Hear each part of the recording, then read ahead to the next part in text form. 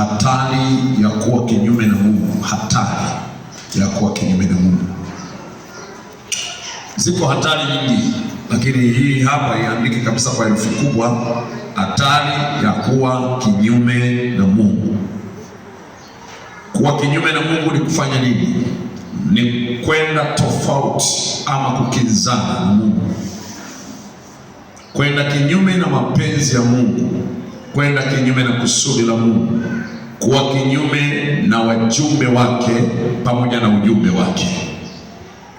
Aliye kinyume na kazi, huduma, madhabahu, watumishi wa Mungu, mpango wa Mungu, kusudi la Mungu, huyo yuko kinyume na Bwana. Unaweza ukawa kinyume na watumishi wa Mungu, kwa kuwa ni watumishi wa Mungu unaonekana uko kinyume na Mungu aliyewatuma. Unaweza ukawa kinyume na neno la Bwana linalokuelekeza maelekezo, tayari utaonekana uko kinyume na huyo Mungu mwenye hilo neno. Ukiwa kinyume na mjumbe ama na ujumbe ulioletwa na mjumbe, maana yake uko kinyume na yule aliyemtuma mjumbe. Huwa kuna hatari. Sasa basi, kunaweza kukawa na sauti ya Mungu, kukawa na mpango wa Mungu, kukawa na maelekezo ya Bwana. Unapokuwa kinyume na mapenzi ya Bwana, kuna hatari. Kwa lugha nyingine tungeweza kusema ole wa mtu anayekwenda kinyume na Bwana. Ole wa mtu anayekwenda kinyume na Bwana, anaenda tofauti na Mungu anavyomwelekeza. Kuna hatari. Tuandike maandiko, kitabu cha Mambo ya Walawi 26 mstari wa 17 mpaka wa 41.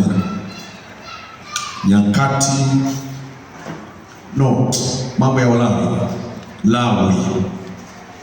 Mambo ya Walawi, sio Mambo ya Nyakati. Mambo ya Walawi 26 mstari wa 17. Mtu mmoja nisomee 17, alafu narukia 28, narukia 40 na 41. Lakini kama unaandika maandiko tu 17 mpaka 41, ila tutasoma mistari minne: wa 17, wa 28, wa 40 na ule wa 41. Soma.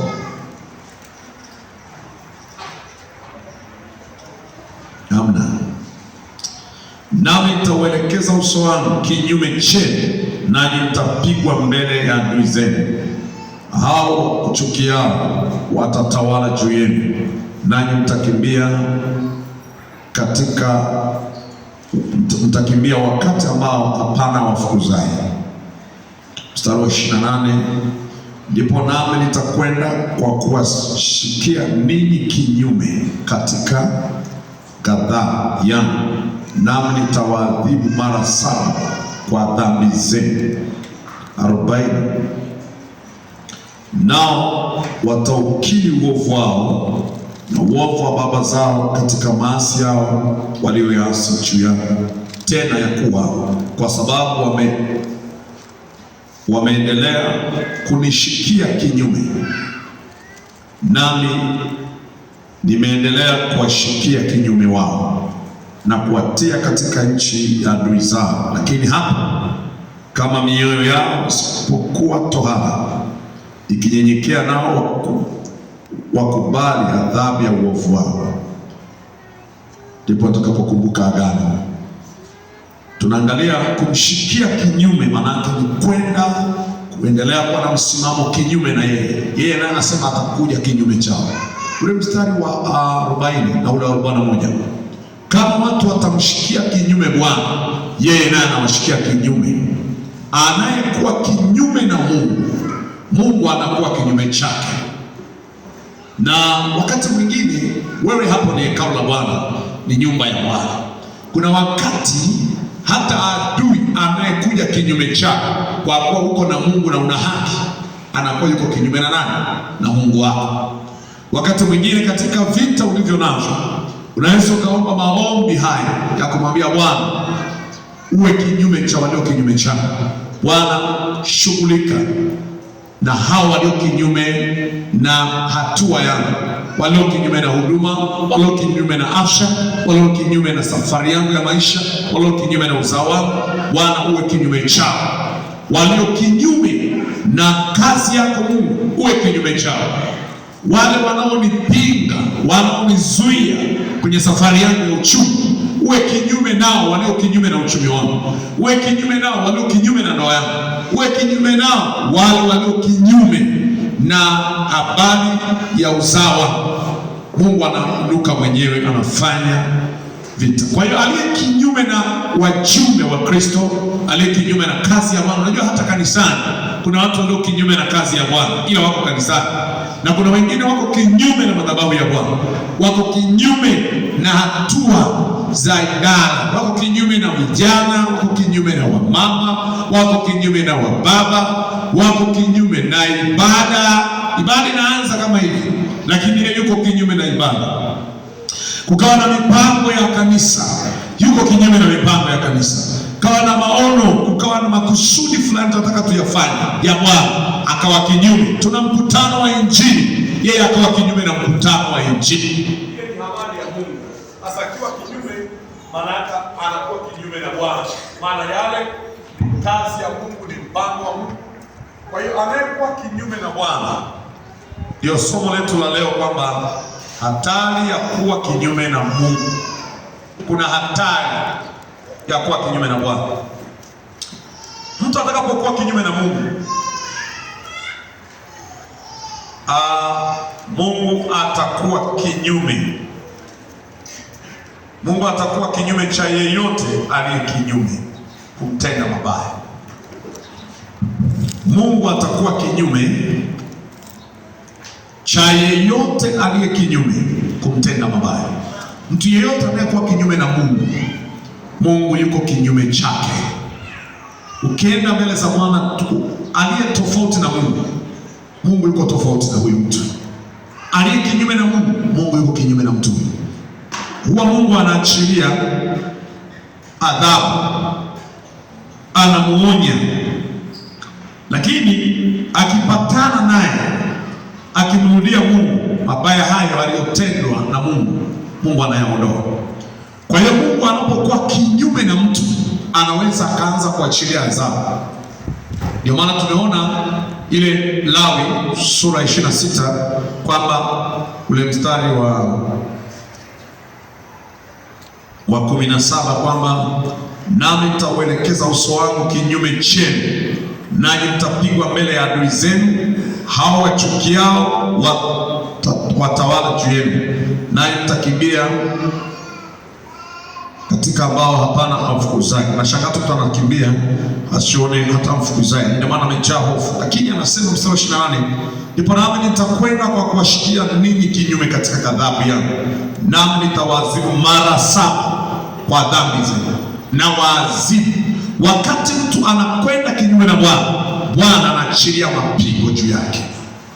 Bwana anaanza kumwadhibu mtu huyo mara 7 kikamilifu. Namba 7 ni namba kamilifu. Mtu anapitia adhabu kamilifu. Akiendelea kung'ang'ana kumshikia kinyume Bwana, Bwana ataendelea kumwadhibu mtu kikamilifu. Na inaweza kuwa ni hatari sana kama mtu ageuki. Sasa ukipatana na Mungu wakati ulipokuwa kinyume naye akakuadhibu, ukaamua kupatana, Bwana anarudi kwako.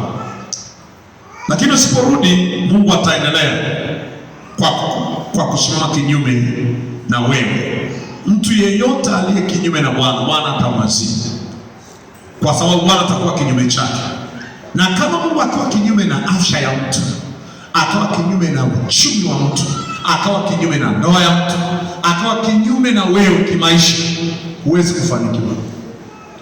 Kwa sababu Mungu akiwa kinyume, hakuna chochote. Yaani lugha nyingine ya kuwa kinyume, kuwa kinyume ni kuwa tofauti, kwa maana ya kukinzana. Mnakuwa kinzani, yaani unaenda hivi, Mungu anazuia. Uko kinyume na Bwana, Bwana anataka hivi, wewe unazuia. Mko na vita na Bwana, mnakinzana na Mungu, mnagombana. Yaani unamzuia, anakuzuia. Mungu anataka hivi, wewe unazuia vya Mungu. Sasa kama ukizuia vya Mungu, usifikiri vya kwako vitakuwa salama. Atazuia vya kwako. Kwa sababu umekuwa kinyume na Bwana. Unajua kwenye mechi ya mpira wale wa Yanga wako kinyume na Simba, Simba iko kinyume na nini? Mnashindana. Kwa hiyo ukimshikia kinyume Mungu, maana yake unashindana na Mungu, na mtu akishindana na Mungu, Mungu atashindana. Kama utaamua kutangaza vita na Mungu, kuwa kinyume na Mungu ni kutangaza vita na Mungu, na ukitangaza vita na Mungu, Mungu anaikubali. Ukimwambia Mungu nataka tupambane, anakubali. Niambiwa siku moja kuna mtu mmoja akaamua kutangaza vita na Bwana kabisa live, akasema kama Mungu kweli yupo duniani atokeze hapa tuzichapa. Jamaa akaanza kutamba na anainua miguu, maana alikuwa anarushaka nondo, anapiga push up nyingi. Kwa hiyo akaanza kutamba kabisa, kama Mungu yupo atokea hapa mbele. Bwana naye Bwana ni mpole sana na ni mnyenyekevu na sio mapesi wa hasira. Jamaa kaendelea, kakusanya watu, kaanza kuzomea Mungu hapo, na akasema Mungu ameniogopa. Akasema sasa naomba dakika 5 kama yupo kweli atokea. Baadaye kukawa kimya, Mungu hajaja. Jamaa akashangilia na kuzomea na kusema si mnaona ameniogopa. Mungu akaangalia huu mchezo. Sasa Mungu akaamua kujitambulisha baada ya dakika chache tu. Ukiwa kinyume na Bwana, Bwana atakuja kinyume kwako. Nitoka pale kidogo, baada ya dakika chache hivi kakawa tu kama vile kitu kameingia kwenye jicho lake. Kaanza kuhangaika na kitu kwenye jicho, anawaambia watu nipulize, wanapuliza hewa. Wanapuliza, hebu niangalie, nenda kanawe kwenye maji. Nenda kakodoe kwenye maji, anakodoa wapi? Nenda hospitali, wanamulika wapi? Ndani ya nusu saa yuko hospitali, wamemfikisha, wanaangalia, wanasema hamna kitu, tunaona jicho liko sawa. Ameshalitikisa jicho, lakini baada ya dakika chache akafa kwa jicho. Wale waliokuwepo wakati wa kutamba wakajua huyu alikuwa anashindana na Bwana, basi inawezekana amezidiwa, kwa sababu anajua kabisa alichokuwa anafanya. Tukafikiri namna amelewa, namna ana akili timamu, ila Mungu anajua kama umelewa au hujalewa. Vipimo vyote anavyo yeye vya milele anavyo, akijua tu kwamba akili huyu ziko sawa, ngoja ninyoshe. Ukimshikia Mungu kinyume, anakuwa kinyume chako. Hakuna jambo litakalofanikiwa endapo Mungu atakuwa kinyume na wewe. Maana yake nini? Mungu akiwa yeye tofauti na kila hatua unayoifanya, hiyo hatua haitaweza kufanikiwa, kwa sababu hatua zako zote zinamhitaji Mungu. Chukua sura ya kwamba Mungu sasa amekuwa kinyume na wewe, huwezi kwa lolote. Ni hatari sana kuwa kinyume na Bwana. Lakini kuna watu Mungu wakiwa kinyume naye, akianza kuadhibu huwa wepesi wa kurudi kupatana. Basi kama uko kinyume na Bwana, patana na Bwana, usiendelee kuwa kinyume chake. Daudi ni mtumishi wa Mungu. Yeyote anayekuwa kinyume chake anakuwa yuko kinyume na huyo Mungu aliyemweka kuwa mtumishi. Samueli wa kwanza sura ya 30 mstari wa 23 na Samueli wa pili 10 mstari wa 17 hadi 19. Samueli wa kwanza 30 mstari wa 23 na ile Samueli wa pili 10:17 hadi 19. Msoma maandiko haya. Sikiliza wale wanaomsikiliza Bwana, ukiwakataa na kuwapuuza unampuuza Bwana. Ndipo Daudi akasema, la, ndugu zangu, msitende hivyo katika hizo nyara alizotupa Bwana, ambaye ndiye aliyetuhifadhi akalitia mikononi mwetu lile jeshi lililokuwa kinyume chetu. Jeshi lililokuwa kinyume chetu Bwana aliamua kulitia mikononi mwetu. Unapokuwa kinyume na Bwana, Bwana atashughulika kupigana na wewe na atakutia mikononi mwa wale ambao wamekuja kinyume chao. Ndio maana Daudi, kuna watu wakawa wanashindana, walikuja kuteka jeshi, wakateka wanawake, wakateka vijana, wakaondoka nao. Daudi aliporudi akakuta watu wametekwa, wamechukuliwa mateka. Ndipo wenzake wakalia sana, wanaomba, lakini wanaanza kulia tu kilio cha kulia na kumlaumu Daudi. Daudi akajitia nguvu katika Mungu, akawafuatia maadui. Walipoenda wakaenda kuwarudisha, kwa sababu wale watu waliochukua mateka hawa watu wa Daudi, ina maana wako kinyume na Bwana. Hawa watu wa kina Daudi walikuwa wameenda vitani mahali kupigana na maadui, lakini wanarudi wanakuta huku kuna wengine wametokea, wamechukua mateka ili kundi lilobaki nyumbani, wamama, watoto, vijana wadogo. Kwa hiyo walio kinyume na watumishi wa Mungu wako kinyume na Bwana, na ndiyo maana Bwana akawatia mikononi mwa Daudi jeshi la maadui waliokuwa wamechukua mateka. Yeyote aliye kinyume na watu wa Mungu wanaomtegemea Mungu wako kinyume na huyo Mungu wanayemtegemea. Wakati mwingine watu waliobeba Mungu ndani yao, Mungu halisi, ukiwa kinyume chao, uko kinyume na Mungu aliyeko ndani yao. Kwa hiyo unaweza kupigana na Mungu wao. Mchawi yoyote, mshirikina yoyote anayefanya vita na wewe ambaye uko na Mungu ndani, anafanya vita na Mungu wako aliyeko ndani yako. Ndio maana Daudi akasema hivi, leo Mungu atakuwa mkononi mwangu. Maana yake Goliath yuko kinyume na taifa la Israeli, anapiga vita hawa watu, anatukana mpaka Mungu wao. Kwa sababu Goliath ametangaza kuwa kinyume na wana wa Israeli, ametukana mpaka Mungu wao. Kwa hiyo yuko kinyume na Mungu wao. Mungu wa kina Daudi ndiye atakayemuua Goliath katika mikono ya Daudi, kwa sababu yule Goliath amekuwa kinyume na Bwana. Yeyote anayekuwa kinyume na mjumbe wa Mungu na watumishi, na ndio maana ninasema atakayewagusa anagusa mbona jicho langu, aharibuye hekalu ataharibiwa. Kwa hiyo mtu ambaye yuko na Mungu yuko salama, kwa sababu hata ingetokea vita, sio yeye anapigana, bali Bwana anapigana na wale wote walio kinyume naye.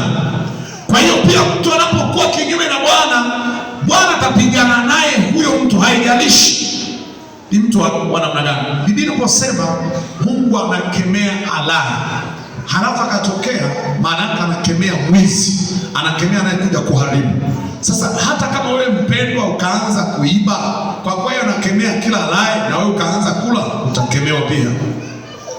Yesu asifiwe. Maana unaweza ukasema kwamba Bwana amesema atakemea alai, na pengine chuma uleta anakuja atakemewa, na wewe mwenyewe kila ambacho hakikustahili kula, kwa sababu kazi yake ni kukemea alai, anakukemea na wewe. Kama vile angekuja kumkemea chuma ulete, anakukemea na wewe.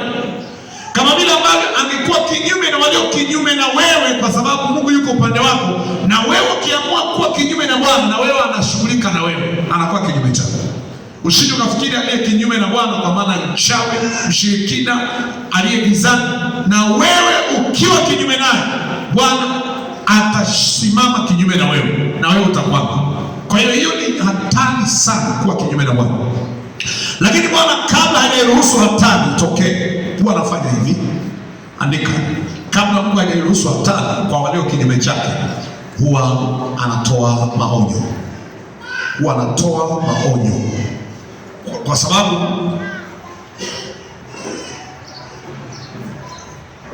hawezi kukuadhibu kabla hajakuonya. Hawezi kuruhusu ile hatari kabla hajatoa maangalizo, hajakutahadharisha, kabla hajakuonya, hajakukumbusha, hajakutoa warning. Mungu ni mwaminifu sana, hawezi kutoa hatari itokee kabla hajaonya. Huwa anawaonya watu kabla ya hatari. Akishaonya, Mithali 29 mstari wa kwanza, aonywaye mara nyingi akishupaza shingo atakufa, wala hatopata dawa, atavunjika ghafla. Ila ameonywa mara nyingi. Bwana hawezi kuruhusu hatari kwa walio kinyume chake kabla hajawaonya. Anawaonya kwanza waache, ili hatari zikawakumba. Ila waking'ang'ana kwenda kinyume, ndio anaachilia hatari. Fuatilia watu wote waliokumbwa na hatari kwa sababu walienda kinyume. Kuna maonyo yalipita katikati. Nebukadneza alionywa na akaambiwa kwa sana Daudi hivi, kwa nini kuna muda unapita katikati? Daniel, kitabu cha Daniel sura ile ya 4. Danieli sura ya 4. Ngoja tuone hapa, uone kama Mungu wako hakurupuki.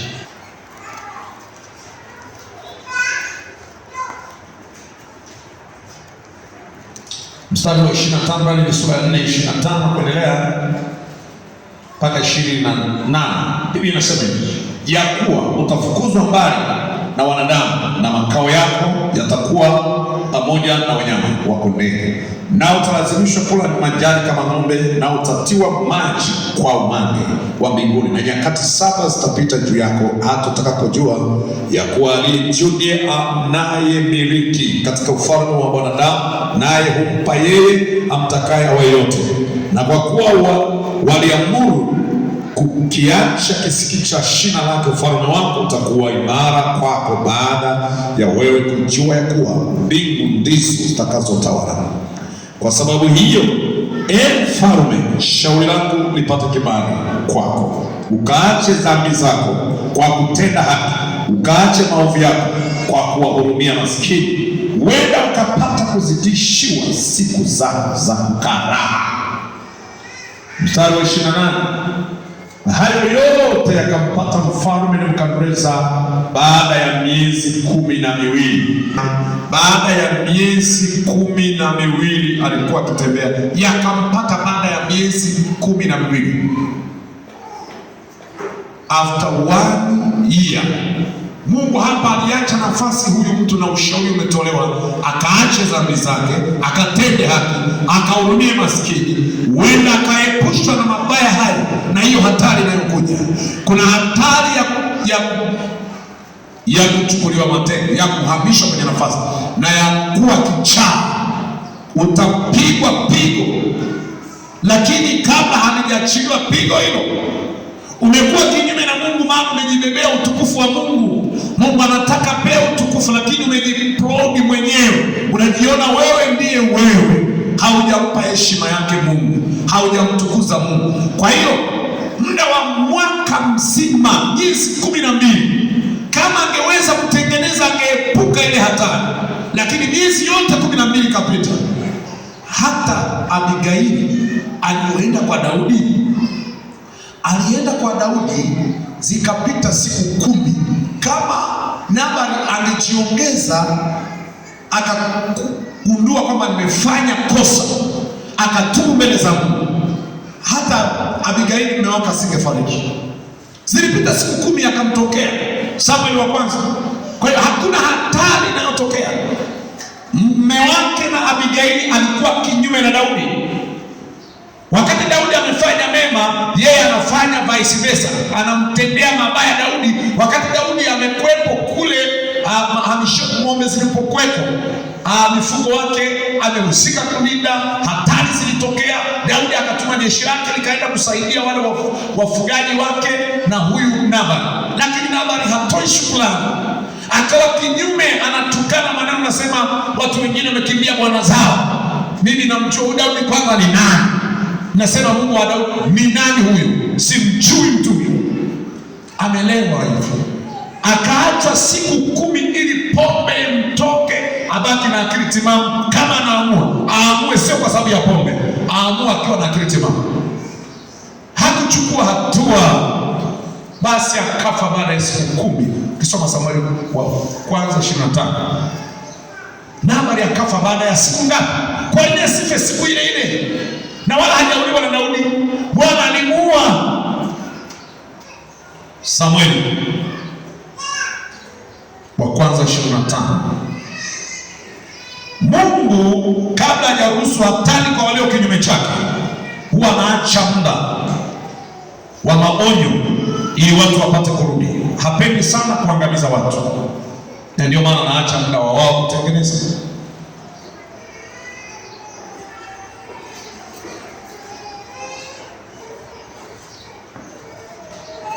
Mstari wa 36. Kisha Abigaili alimjia Nabali, na tazama, alikuwa amefanya karamu nyumbani mwake kama karamu ya kifalme, na moyo wake huyo Nabali ukafurahiwa ndani yake, kwa maana amelewa kabisa.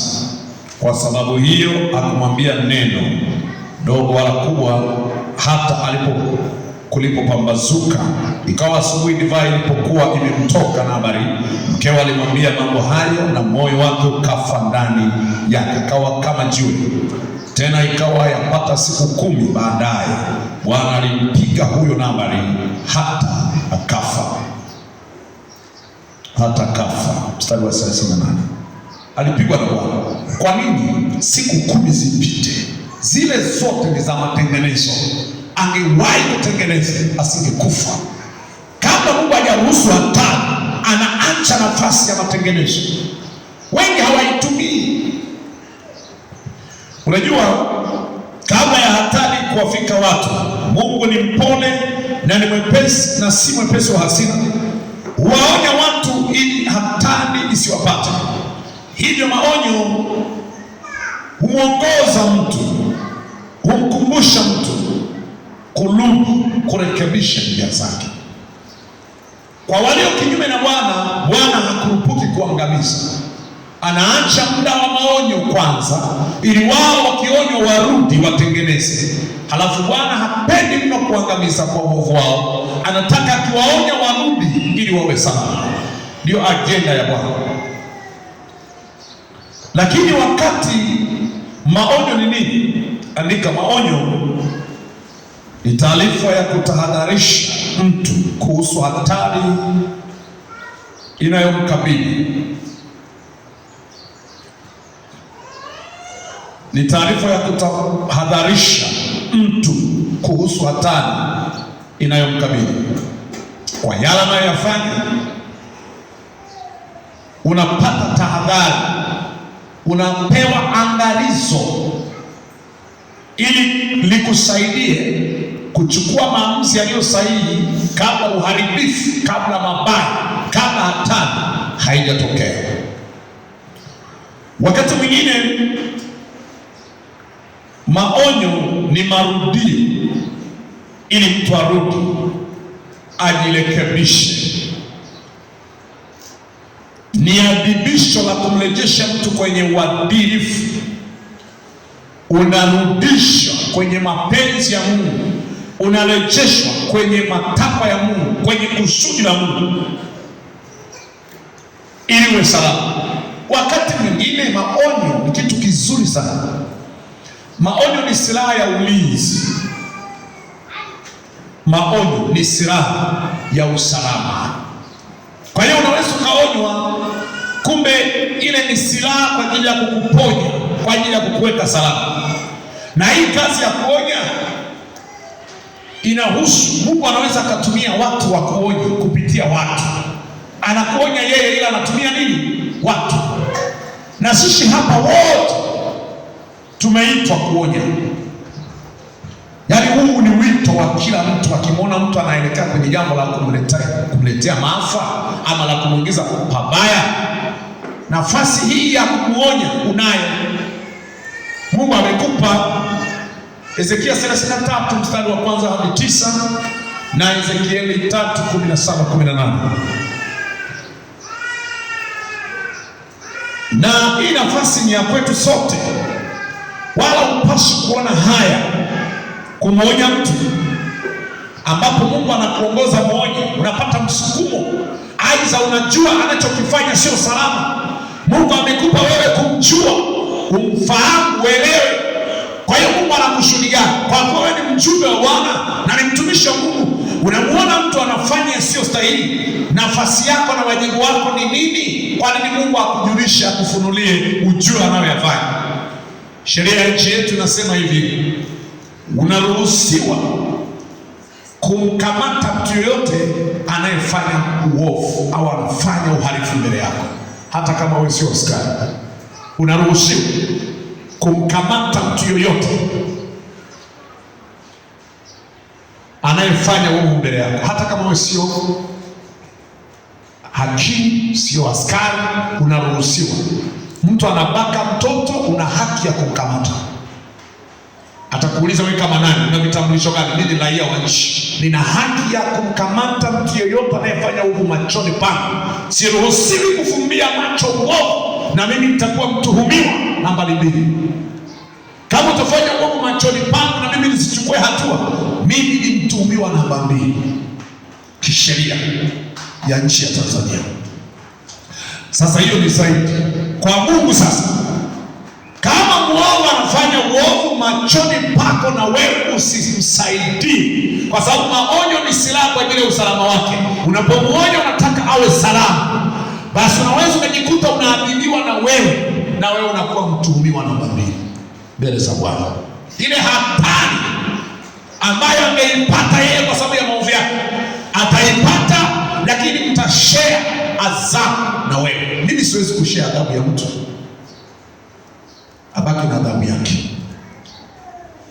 Hebu soma kitabu Hezekia sura ile ya 33 mstari wa 1 hadi 9.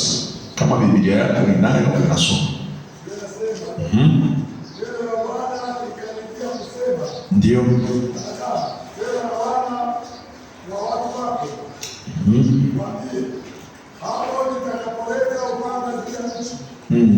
Watu wa nchi hiyo wakimtwaa mtu mmoja miongoni mwao na kumweka awe mlinzi wao,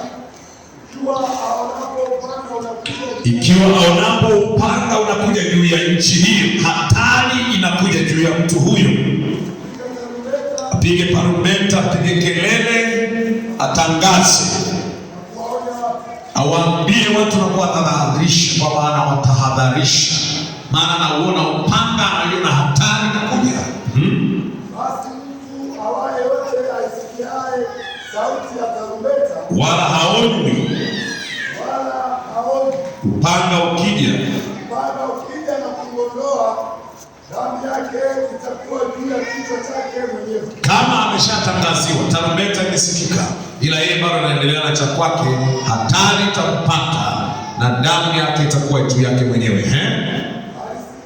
Aisikiapo sauti ya tarumbeta wala hakuoni, basi mtu awaye yote asikie sauti ya tarumbeta wala haonywi, damu yake itakuwa juu yake. Lakini kama angaliona, angalijiokoa roho yake. Mstari wa 4 umekimbia mlio kweli. Umefika wangapi? Huko wa 4 na wa 5 ulipita lini? Watano nasema alisikia sauti ya tarumbeta wala hakuoni, damu yake itakuwa juu yake. Lakini kama angaliona, angalijiokoa roho yake. Ndio. Bali mlinzi akiona upanga unakuja, kama apigi tarumbeta, yeye hasemi, wala watu hawakuoni, hawaoni watu, na upanga ukaja ukamwondoa mtu awaye yote miongoni mwao, ameondolewa huyo katika uovu wake, lakini damu yake nitaitaka mkononi mwa mlinzi huyo. Unaamini kuwa wewe ni mlinzi? Basi wewe mwanadamu, nimekuweka kuwa mlinzi katika nyumba ya Israeli. Ndiyo, kwa nyumba ya Israeli. Basi usikie neno hili kinywani mwangu, ukawape maonyo yangu. Nimwambiapo mtu mbaya, ewe mtu mbaya, hakika utakufa, nawe usemi neno la kumwonya mtu huyo aiache njia yake, na mtu mbaya huyo atakufa katika uovu wake. Endapo atakufa katika uovu wake, lakini damu yake nitaitaka, damu itadaiwa mikononi mwako mlinzi. Lakini wewe ukimwonya kwa sababu ya matendo yake ambayo yanahatarisha usalama wake, yako kinyume na Bwana, ili ayaache, na yeye akang'ang'ana tu, lakini wewe umejiokoa roho yako. Amina, asante sana. Unajua, mtu anaweza akafikiri hana kazi. Mimi sio mchungaji, mimi sio mzee wa kanisa, na wengine wanasema hivi, mimi siwezi kujisumbua kufuatilia maisha ya mtu. Yaani nifuatilie maisha ya mtu, yeye mwenyewe kama anapenda hivyo aendelee na maisha yake. ni sawa. Lakini kuna wakati unadaiwa kwamba mimi siwezi kusumbuka na maisha ya migurumbii. Binadamu anisumbue, anafanya mavituko yake, shauri yake na Mungu wake. Mwambie, wewe utanawa, wewe ni mlinzi. Kwa nini wewe uone halafu wengine hawajamuona? Mungu amemtumia mjumbe wake. Wewe ni mjumbe wake, amemtumia mjumbe wake akamuone, halafu amwambie, haya mapendo unayofanya mbona hayafanani? Mbona sisi tumeokoka? Mbona haya ni dhambi? Unafanyaje haya? Wewe umemuona, fikiri umemuona kwa bahati mbaya. Bwana amekupa huyo mtu muone ili umsaidie. Umebeba msaada. Mungu anaonya kupitia sisi. Bwana asifiwe. Kuna neno moja la CGM walikuwa wanasoma kichwani, kile kitabu cha Korinto sura ile ya 5 mstari wa 20. Kwamba wao ni wajumbe. Hebu tusome huo mstari. Wao ni wajumbe, wanahubiri, wanasihi kwa vinywa vyao, kana kwamba Bwana anasihi kwa vinywa vyao. Kupitia wewe mhubiri wa Injili, wewe ni mjumbe wa Kristo. Kama wewe ni miongoni mwa wajumbe wa Kristo, hupaswi kuacha kumwambia mtu kama anafanya jambo la kuhatarisha usalama wake kimungu. Mwambie, mbona unakwenda kinyume na Mungu? Maana ukienda kinyume na Mungu kuna hatari. Kwa hiyo ukimwambia akajibadilisha, akarekebika, anaokolewa na utapongezwa kwamba you are a good messenger. Kama umemwambia, wewe ni mjumbe mzuri. Lakini kama umwambii, haufai hata kuitwa mjumbe wa Kristo. You are a bad messenger. Hebu soma huo mstari.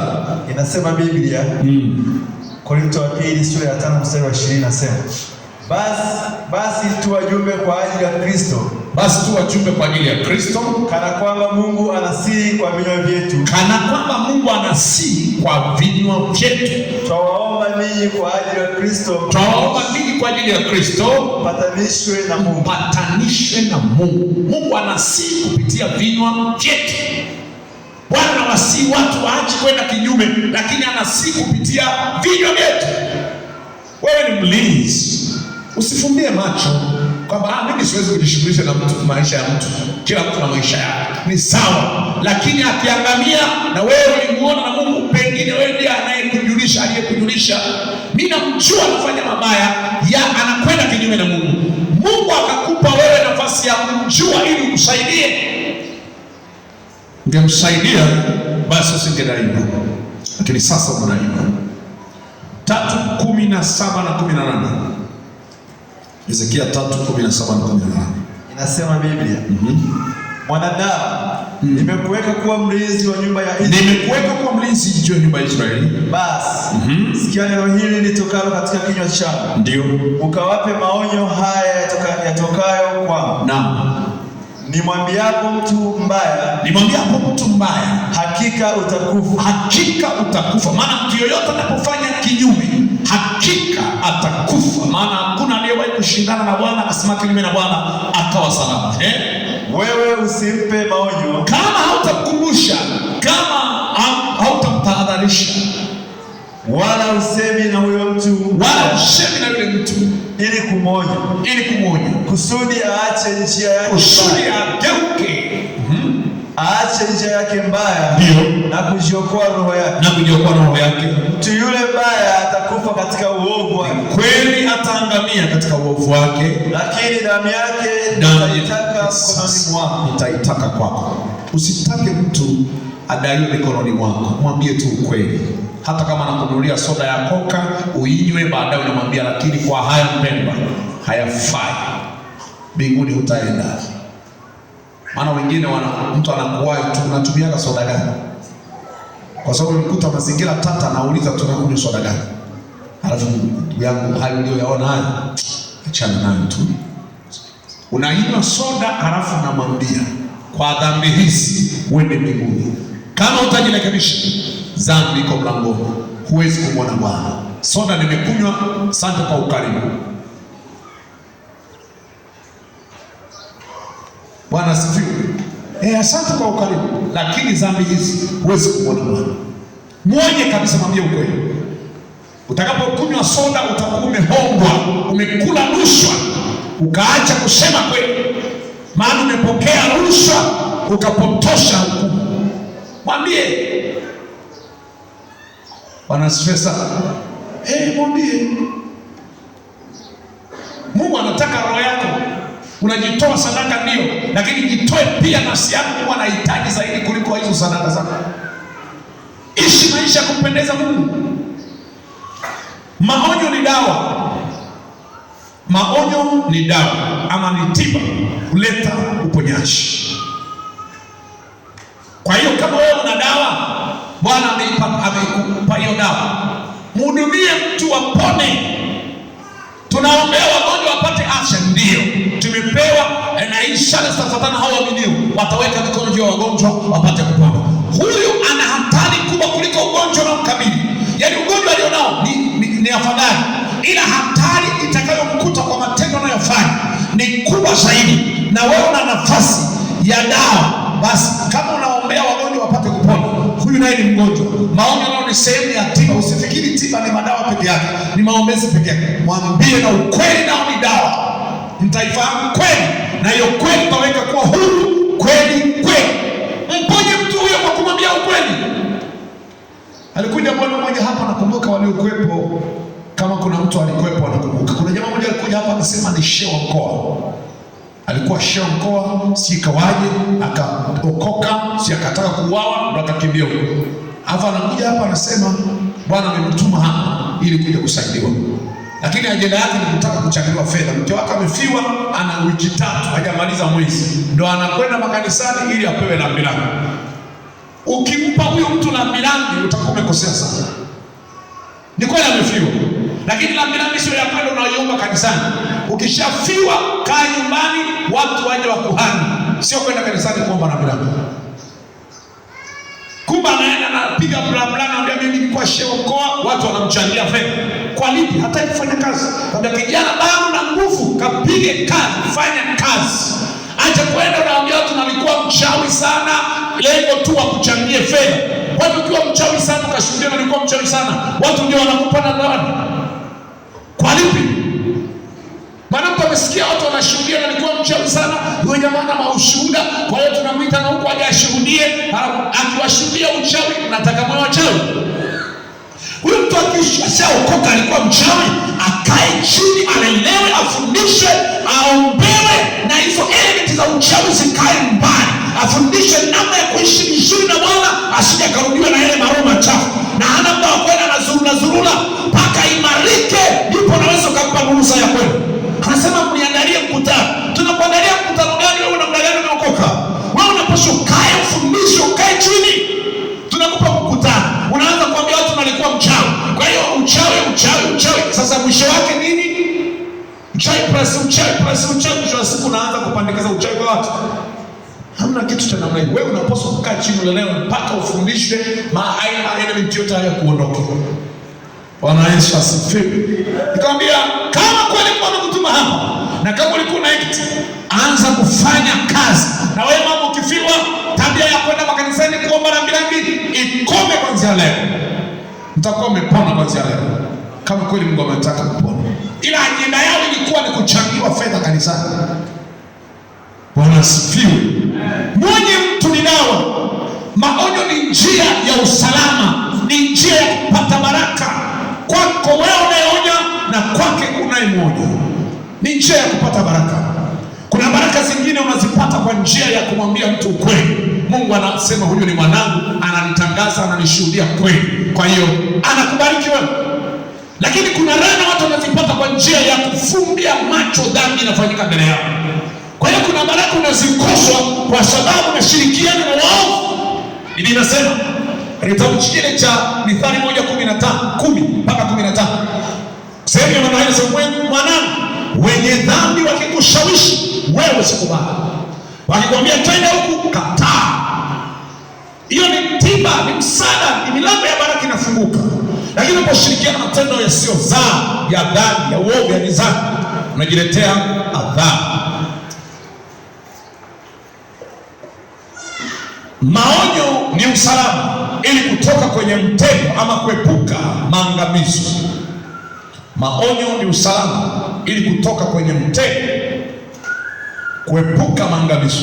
Na ukimwonya mtu utakuwa umefanya jambo la maana na kubarikiwa na Bwana. Ukikosa maonyo ni hatari. Ukikosa maonyo ni hatari ya kufa. Mithali 5:23. Watu wakikosa maonyo wanafariki, wanakufa, wanaangamia, wanaharibikiwa.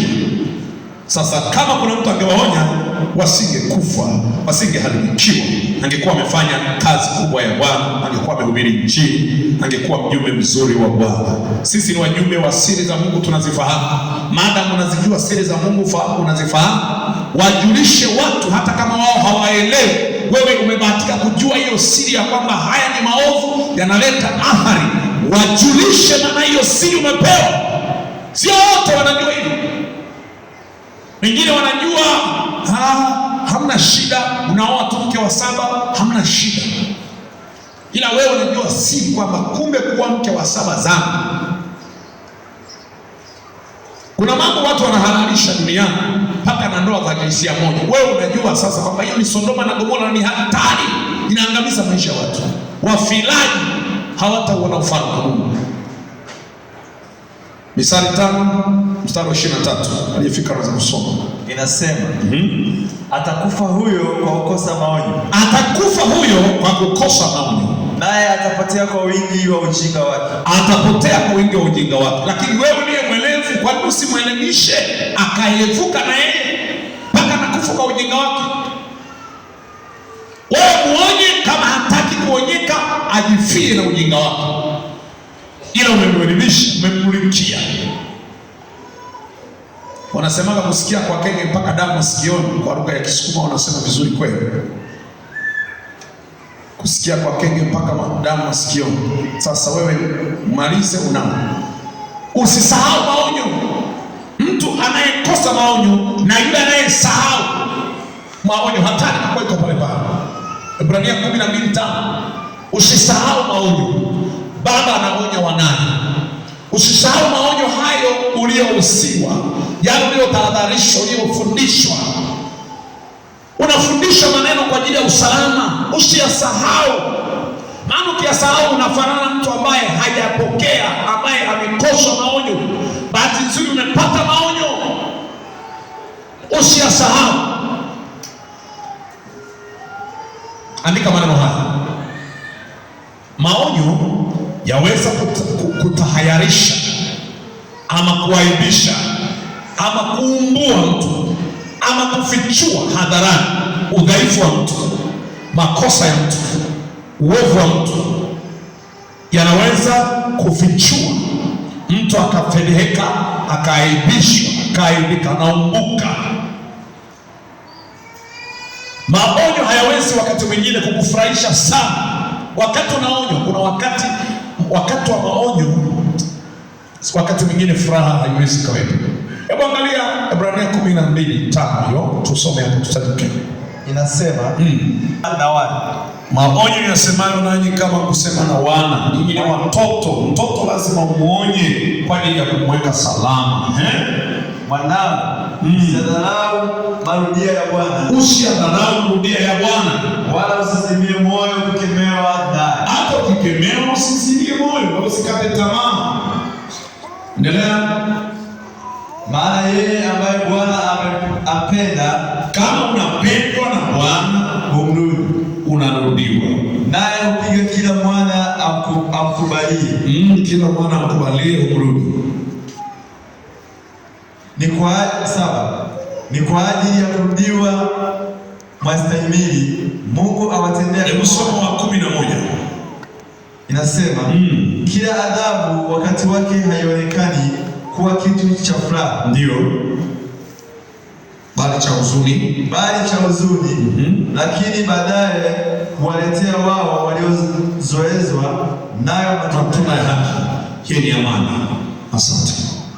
Wakati adhabu inatokea, wakati mtu anaonywa, unajua kuna wakati mwingine mtumwa huwezi kumuonywa hivi hivi. Wakati mwingine mtumwa anaonywa kwa adhabu. Unajua Mungu anaweza kukutahadharisha kwa maneno matupu, lakini kuna wakati Mungu anaamua kuonya kwamba hiyo ni onyo la kwanza. Ukiendelea kushipata shingo, linakuja lingine.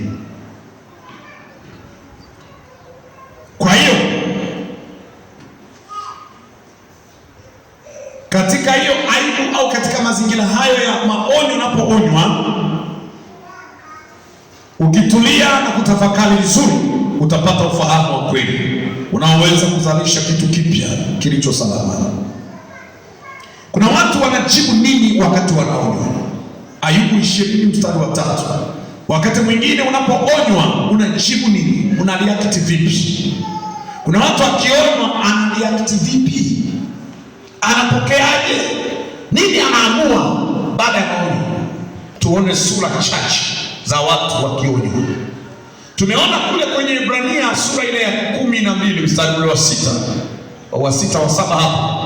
Anasema wala usizimie unapoonywa, unapokemewa. Kumbe kuna wengine wanakata tamaa.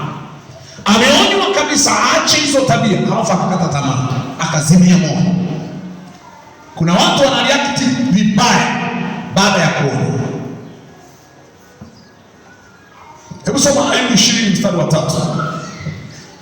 Unajibu nini baada ya kuonywa? Unajibu nini moyoni mwako? Ayubu 20:3. Nimesikia maonyo yanayonitahayarisha. Nimesikia maonyo yanayonitahayarisha. Nayo roho ya ufahamu wangu hunijibu. Nayo moyo ya ufahamu wangu nini? Nirudia hiyo. Nayo roho ya ufahamu wangu, roho ya ufahamu wangu hunijibu. Inamjibu nini?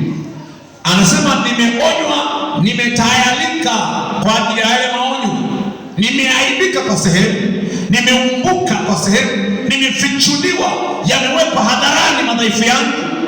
Aya, roho ya ufahamu wangu inajibu nini? Wengine wakionywa wanajibu nini mioyoni mwao, ndani yao wanajibu nini? Kuna watu wanareact kwa namna hii ifuatayo baada ya kuonywa. Jambo la kwanza, wanakataa, hawataki kuonywa. Mithali 1:25, wanakataa. Kuna mtu anapoonywa moyoni mwake anakataa, huko kwa nje utajua tu amekataa, atakuja sura. Kaini anaonywa vizuri tu, anaambiwa Kaini, dhambi na kuotea mlangoni. Kwa nini unakujamana? Kwa nini unakashirika? Kwa nini ukitenda mema hautobarikiwa, utapata kibali? Dhambi iko mlangoni ya kupasa uishinde. Yeye amejaa sura yake, na hata amefanya uovu, anaambia umetendaje? Yuko wapi ndugu yako? Kwani umeniweka mimi kuwa mlinzi? Mimi ni mlinzi wa ndugu yako? Kila mtu na maisha yake, ila naye mshenesha ni Bwana, anajua kila kitu. Sio baba eti anapomuuliza hivyo eti hajui. Bwana anajua kila kitu, Kaini alichokifanya. Bwana asifiwe. Kwa hiyo kuna watu wanakataa maonyo. Hebu soma mstari. Inasema Mithali 1:25. Soma. Bali mmebatilisha shauri langu. Mmebatilisha shauri langu. Wala hamkutaka maonyo yangu. Wala hamkutaka kabisa maonyo. 33. Inasema bali kila anisikilizaye atakaa salama. Bali kila anisikilizaye atakaa salama. Naye atatulia bila kuogopa mabaya. Atatulia bila kuogopa mabaya. Hapa anatuambia mstari wa 25, bali mmebatilisha shauri langu, wala hamkutaka maonyo yangu. Nami nitacheka siku ya msiba wenu, nitadhihaki hofu yenu ifikapo. Hofu yenu ifikapo kama tufani, na msiba wenu ufikapo kama kisulisuli, dhiki na taabu zitakapowafikiria. Ndipo watakaponiita lakini sitaitika, watanitafuta kwa bidii wasinione. Kwa kuwa walichukia maarifa, wala hawakuchagua kumcha Bwana. Hawakukubali mashauri yangu, wakayadharau maonyo yangu yote. Wakayadharau maonyo yangu yote.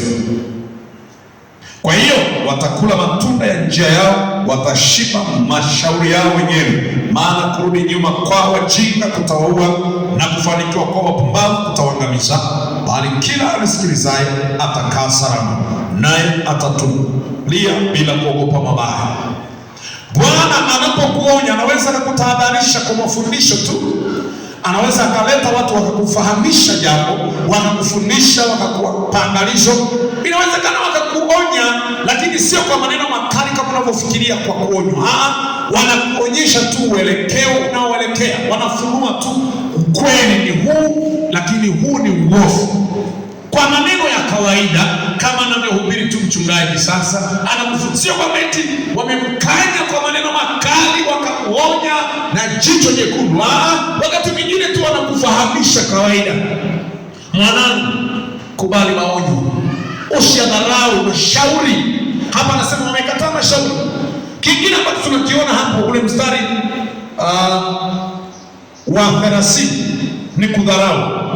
Kuna watu wanadharau maonyo. Baada ya kusikia maonyo, baada ya kuonywa, anadharau, anapuuza. Kiburi kinamfanya anaignore kila anachoambiwa, anapuuza tu. Lakini kingine ambacho kinatokea, mtu akionywa anachukia.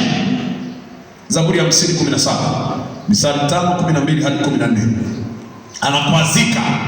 Kuna watu wengine ukimuonya anakasirika, anachukia, anawachukia wanaomuonya, anawakasirikia, anajenga beef, anatengeneza uhasama na wanaomuonya. Kumbe wao ni wajumbe wa Bwana tu. Mimi naweza nikakuonya wewe hapa, hata ukichukia haubadilishi mimi ujumbe wangu kuwa mjumbe wa Kristo, na haibadilishi wala haidhuru. Kwa nini?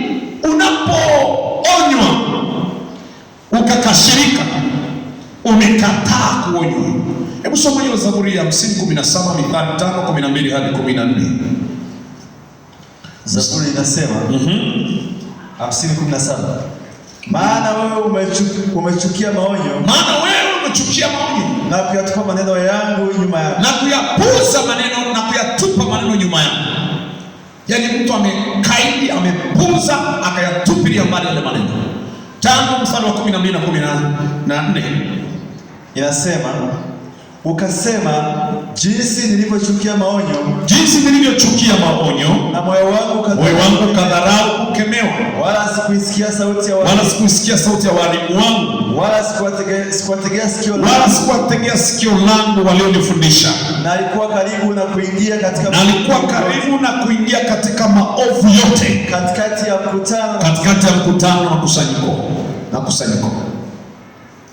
Alikataa walimu wake wasimfundishe chochote. Alikataa kufundishwa, alikataa walimu walikokuwa wakimfundisha ili aepuke mauti, aepuke maangamivu. Akajikuta anaelekea kwenye maovu yake yote, akaendelea kuyafanya. Hata walipomwonya yaache, akaendelea kuyakumbatia maovu yake akiyafanya. Kabla ya hatari, Mungu anawaonya. Lakini watu wakionywa, wengine wanachukia, wanadharau. Usinifuatilie, kila mtu ajue maisha yake. Unanifuatilia hivyo, ninakulaga cha kwako, nakula kwako. Mimi nakula cha kwangu, naishi kwangu. Kwa nini tunafuatiliana hivyo? Wanasifiwe. Unaweza kusema watu ni wanafiki, wanakaa kufuatilia maisha ya wengine. Huo ni unafiki, ni umbea. Si wewe unafanya hayo? Unajihami. Kama wewe ni mtu unafanya mambo yasiyofaa, huwa mambo yako mawili tu. Bwana akikuonya, huwa kuna mambo mawili tu yanatokea mbele yako. Jambo la kwanza, huwa ni mtu anaamua kukiri, kutubu. Akionywa na Mungu, jambo la kwanza huwa anakimbilia kutubu, kwamba kwa kweli Bwana anisamehe. Jambo la pili ambalo mtu anafanya akiwa anaelekezwa, anaonywa, jambo la pili huwa ni kujihami. Kwenye kujihami kwake atatafuta sababu nyingi. Nani ameniona? Ushahidi uko wapi? Unafikiri Mungu anahitaji mpaka mashahidi? Hata hahitaji. Yaani kwa taarifa, Mungu hana shahidi. Yeye ni shahidi nambari 1. Hata wangekosekana mashahidi wote, na bakie peke yake. Bwana asifiwe sana. Kuna watu wanakuwa na kujihami kwao, anaamua tu kukasirika, tunakaa tunafuatiliana. Kule ni kujihami. Sisi tunajua wenye hekima kwamba huyu jamaa anajihami tu. Kama una busara, unanyenyekea, kama kuna kosa unatubu. Lakini kama hauna hekima, ni mpumbavu, unaanza kujihami, mara unakasirika, mara unachukia, wewe itahama kanisa. Huko ni kujihami. Utaki kukiri, utaki kukubali. Hata kama utakimbia kanisa lingine, utakimbia na Arabia bwana. Si unaenda na Arabia Mungu? Bwana asifiwe. Haleluya. Wokovu sio kujificha machoni pa watu. Wokovu ni kujiweka wazi machoni pa Bwana. Haleluya. Unajibu nini unapokutana vitu hivyo? Kuna wengine wanarudi. Ayubu 36:10, watu wanarudi. Kuna watu wanarudi. Kuna watu wanageuka. Mithali 1:23 soma. Mithali 1:23 soma. Watu wanarudi.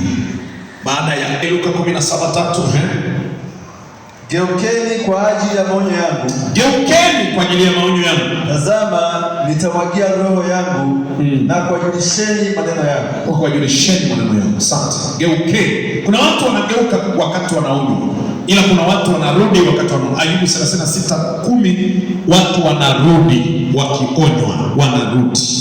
Wengine wakionywa wanaendelea kutokomea badala ya kurudi. Kuna wengine wakionywa wanageuka, wanaacha uelekeo wao, wanabadili uelekeo. Wengine wanaendelea tu na uelekeo wao hata kama unawapeleka baba. Mpumbavu huyaona mabaya akaendelea mbele akaumia. Mwenye busara huyaona mabaya akaepuka. Wao wajinga ya kuumia. Haikuwa na sababu ya kuangamia, haikuwa na sababu ya kuharibikiwa. Laiti wangepokea maonyo, wasingeendelea, wangerudi kabla mabaya, kabla hatari haijatokea. Hata Nebukadneza mwaka mzima umeacha pale, amepewa ushauri na Danieli, ameambiwa yamkini Bwana atakuhurumia, ukaache dhambi zako, ukawahurumie maskini, wenda Bwana atakusamehe. Jamaa anamwambia wewe, eleza ndoto yote, eleza njozi, usiwe na wasiwasi kwa habari ya matokeo yake, eleza tu. Lakini kumbe ni hatari. Hebu soma hiyo Luka 17:3. Mtu akigafirika kwa lolote, muonye, akirudi msamehe. Kama ukimwonya anaendelea kujihami, basi amekataa msamaha. So nasema ndio, jilindeni. Kama ndugu yako akikosa, kama jirani yako, jamaa yako akakosa, muonye. Usiache hivyo hivyo wakati unaona kabisa kuna makosa yamefanyika. Mwambie haya ni makosa 1, 2, 3. Akitubu msamehe. Akitubu msamehe. Na kama akikosa mara 7 katika siku moja, na kurudi kwako mara 7 akisema nimetubu, msamehe. Lakini inachosha bwana. Wewe jana umefumaniwa, kasamehewa, ukafumaniwa tu, kasamehewa. Inachosha. Bwana asifiwe sana. Si Biblia inasema jamani, ndugu yako akikukosa, yaani wewe ukariri mstari ili ukusaidie kuwa unatenda dhambi na kurudi kuomba msamaha kila siku. Acha bwana. Mungu ataona unamdhihaki. Si Biblia inasema aonywaye mara nyingi akishupaza shingo. Biblia inasema kwamba wale wanaotubu kufanya dhambi wakemee mbele ya wote na kuagiza mbele ya Mungu na mbele ya malaika na mbele ya Kristo Yesu. Wakemee wale wanaotubu kufanya dhambi. Kama unafanya, unaonywa, unamtubu, unafanya, wale wanaotubu kufanya dhambi, unatubu, yamekuwa maisha ya kwako. Sio bahati mbaya sasa. Wewe umedhamiria na umechagua, ni kiburi, ni jeuri. Mungu atakuadhibu, atayaruhusu mabaya, kwamba hii lugha ya kusamehewa tu inatosha, lakini atakuja kwa staili nyingine kukuadhibu. Kuna mtu mmoja alikuwa anaambiwa acha uzinzi, anaendelea tu. Siku moja yule baba akawafumania. Alipowafumania hakuwa na mambo mengi, ni kukata sikio tu. Namkata mwanamke na mwanaume akamkata sikio, alama ya kutubu. Watu watakuuliza ulipata ajali? Hata kuelezea inakuwa ngumu. Nini kilitokea? Hayo tu yaache. Kata sikio, alafu akamwambia muwe na amani. Hivyo tu. Alama ya kudumu. Wewe ni mwanadamu. Unajua Biblia inaeleza anaeleza wazi kwamba Mithali 6:32 na 33, afanyaye dhambi ya zinaa hana akili kabisa, afanye jambo la kujaribisha na kujingojea heshima, fedheha yake ni ya kudumu.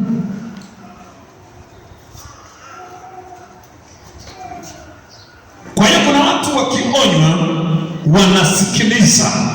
Mithali 13:1 mstari wa kwanza huo, kuna watu wakionywa wanasikiliza. Mathayo 18:15, kuna watu wakifanya dhambi wanasikiliza maonyo. Wakionywa wanasikiliza. Kuna wengine hawasikilizi hata hataki tena, anakuwa yanamefura kabisa.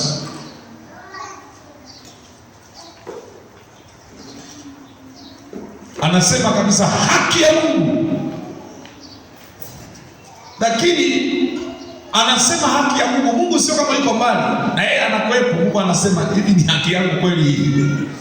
Unaposema haki yangu mimi kweli, ni haki yangu hii kwa haya niliyoyafanya, ni haki yangu mimi, badala ya kusema ni haramu kabisa kwa Bwana, yeye anasema haki kabisa kwa Mungu. Ulioyafanya mbele za Bwana ni haki kabisa au ni haramu kabisa? Sasa unaweza kujikuta unaiongeza hasira ya Bwana, tengeneza akiba ya hasira ya Mungu, unajiletea mazingira magumu sana. Hebu soma huo mstari Mithali 13, hujafika bado, inasema, na Mathayo 18:15. Ndio, mwana mwenye hekima husikiliza mausia ya babaye, ndio, bali mwenye dharau hasikilizi maonyo. Hasikilizi kabisa.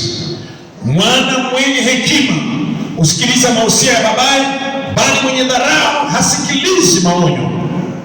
Maana yake hata ungemshauri ukamwelekeza, anang'ang'ana na vya kwake. Hatari ya waliokaa kinyume na Bwana itaruhusiwa impate, maana hata alipoonywa hakutengeneza, hakushikiliza, alipuuza, alidharau, alibeza, alionyesha dharau, hataki kusikiliza. Sasa ile hatari inaruhusiwa tu sasa iende kwa roho, kiroho safi, maana hata amepewa nafasi ya kutengeneza, yeye hataki. Utasoma hiyo Mathayo 18. Jambo lingine la mwisho, mtu akionywa anakubali. Mhubiri 12 mstari wa 12, Korinto wa pili sura ya 8:17. Mhubiri 12:12, Korinto wa pili 8:17. Anakubali. Kuna watu wakionywa anakubali maonyo, anapokea. Huyu ile hatari ya walio kinyume na Bwana inaweza kumwepuka, maana anakubali maonyo. Kwa hiyo yuko tayari kutengeneza, kuweka vizuri mambo yake. Kama kuna mabaya yalikuwa anakuja, basi hata mpata yeye, maana tayari amepokea maonyo na amejirekebisha. So 12:12 nasema, tena zaidi ya hayo, nangu kubali maonyo.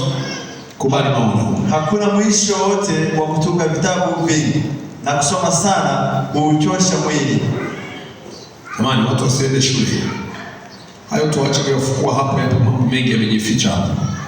Ila wewe jua tu kwamba kubali maonyo. Hayo mengine ya kusoma sana kuchokesha mwili, watu waende shule jamani, kwa bidii zote. Kikuta sikuwa nafundisha vilivyobebwa na huu mstari, utavikuta wanavifundisha kwenye ndoa, ila hapa havifai. Ila wewe beba tu ila kwamba kubali maonyo. Bwana asifiwe. Hata ungekimbizana na mambo ya dunia haya, hayana ukomo, utamaliza mambo ya dunia hii. Wewe kubali maonyo, geuka, pokea maonyo, kubali maonyo, uwe salama. Hebu soma mstari mwingine ule, Korinto sura ile ya 8 mstari wa 17. Korinto pili sura 8 mstari wa 17. Tena huku akizidi kuwa na bidii, alisafiri kwenda kwenu kwa hiari yake mwenyewe, maana aliyapokea kweli yale maonyo. Tena huku akizidi kuwa na bidii, alisafiri kwenda kwenu kwa hiari yake mwenyewe. Aliyapokea maonyo alafu yakambidisha kwa hiari kufanya aelekezwavyo. Aliyapokea maonyo alafu akajibidisha. Kuna wengine anapokea maonyo alafu anakata tamaa, alafu anazimia moyo. Tangu alipopokea yale maonyo, sasa amezimia moyo, amekata tamaa. Lakini kuna watu wamepokea maonyo na yanamuongeza bidii kwa hiari yake, kwa moyo wa kupenda kufuata lililo jema.